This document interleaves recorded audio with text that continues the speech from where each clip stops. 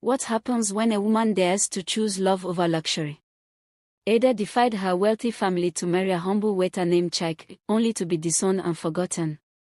But years later, when he walked into a family wedding wearing a sharp suit and a CEO badge, everything changed. This is not just a love story, it's a story of dreams, resilience, and the painful price of judging too soon. From the moment Ada told her parents she was in love with Chike, a waiter at a modest local restaurant in Enugu, their home turned cold. "You brought shame to this family," her father had spat, rising from his mahogany chair like a storm brewing. "After all we invested in your university education, you bring us a man who clears plates for a living." Ada tried to reason with them. "Papa, he's not just a waiter. He's intelligent, kind, ambitious." Her mother's harsh laughter cut her off. "Ambition doesn't pay the bills, Ada. Respect does. Stability does. Marry that man and you are no longer our daughter." That night, Ada packed her bags with trembling hands, her heart heavy but resolute. She chose love, not fantasy, not rebellion, but love rooted in belief. Chike wasn't rich, but he listened like her dreams mattered. He saved, planned, and read books on economics every night after his shift ended. They married quietly, in a registry office. No cake, no guests, just two witnesses and a borrowed ring.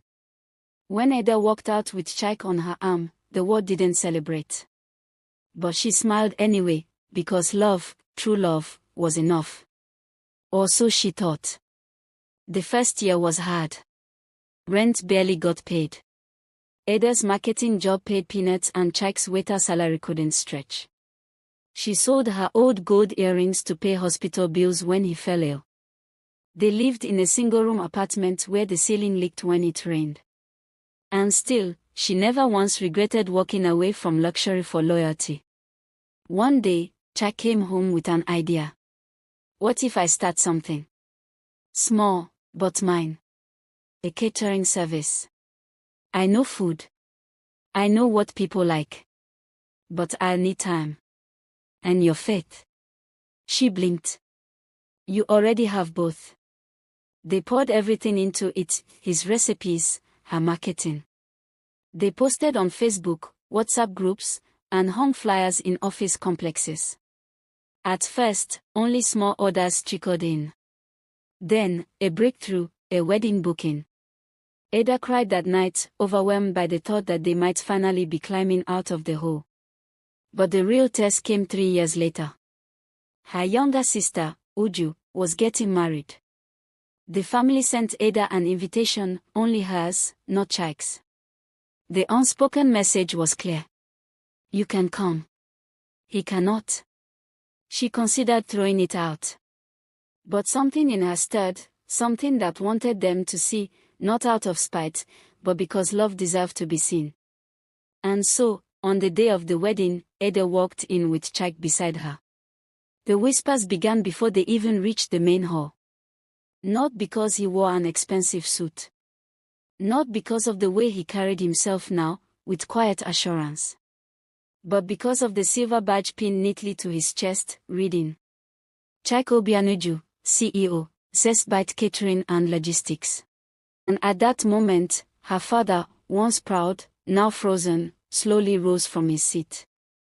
He remembered the waiter who wasn't good enough. And realized too late, a uniform never defined a man's destiny. The silence that followed Chike's entrance was thick, suffocating, like harmattan dust lingering in a closed room. Conversations halted mid-sentence. The band, as though sensing the shift in air, faltered and stuttered to a pause. All eyes turned to the couple who once walked away in shame and now returned in unignorable glory. Ada stood tall, her head held high, fingers laced tightly with Chike's. She had imagined this moment so many times, how they would look at him with disbelief, how they would try to make sense of how a mere waiter now bore the title of CEO. But nothing prepared her for the wave of emotions that crashed into her as her mother's eyes met hers, wounded pride, confusion, and a hint of something softer. Regret, maybe. Uju, the bride, was the first to break the silence. Ada. Ada smiled gently. Congratulations, Uju. You look beautiful. Uju blinked, stepping forward in her white lace gown. That's Chike. I didn't recognize him. Chike extended a hand. Congratulations on your marriage. I hope you find joy in the journey. Their handshake lingered just a second longer than expected, two words finally acknowledging each other. The reception continued, slowly thawing as the music resumed. But the buzz was constant, people pointing at Chike, murmuring about how his company had catered for top political events, how he had built a fleet of delivery vans, employed over 50 staff, and even appeared in a local business magazine. Inside, Chike kept his composure. But Ada knew how much it took for him to show up here. He wasn't here to prove a point. He was here because she needed to be seen, and he, too, needed closure. Her father never approached them. He simply observed, eyes tracking Chike across the hall like he was deciphering an unsolvable riddle. The same man he once called a disgrace now stood respected, admired, even envied.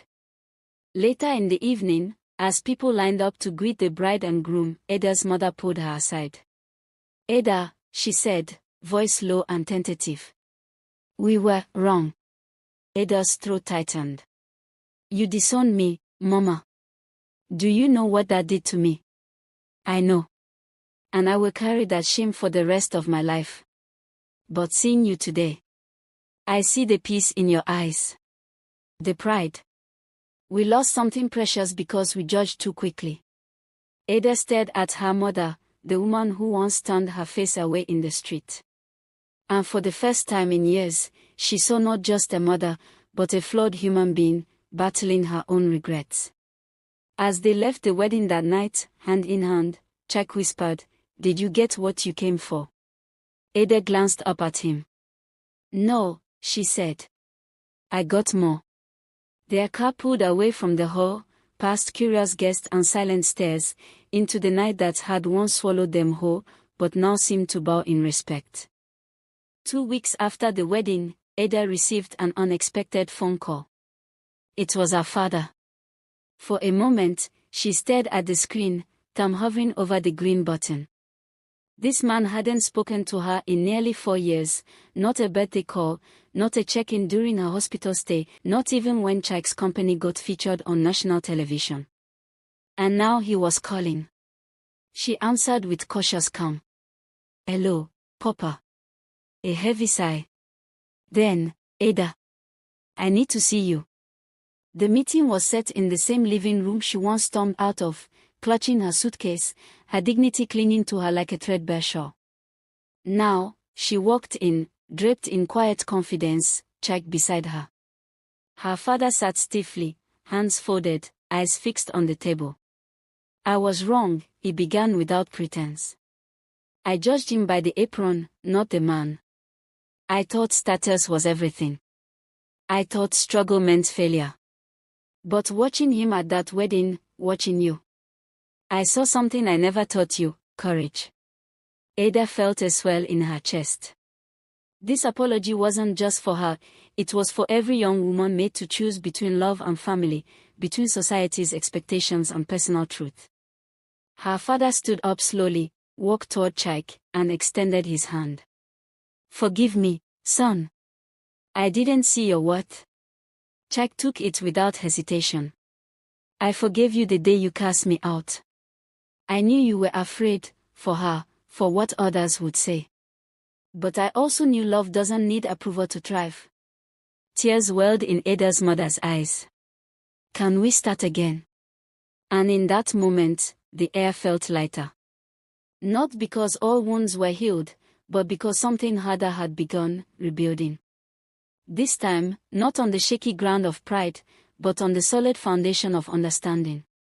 Months passed. Chike's business expanded into Abuja.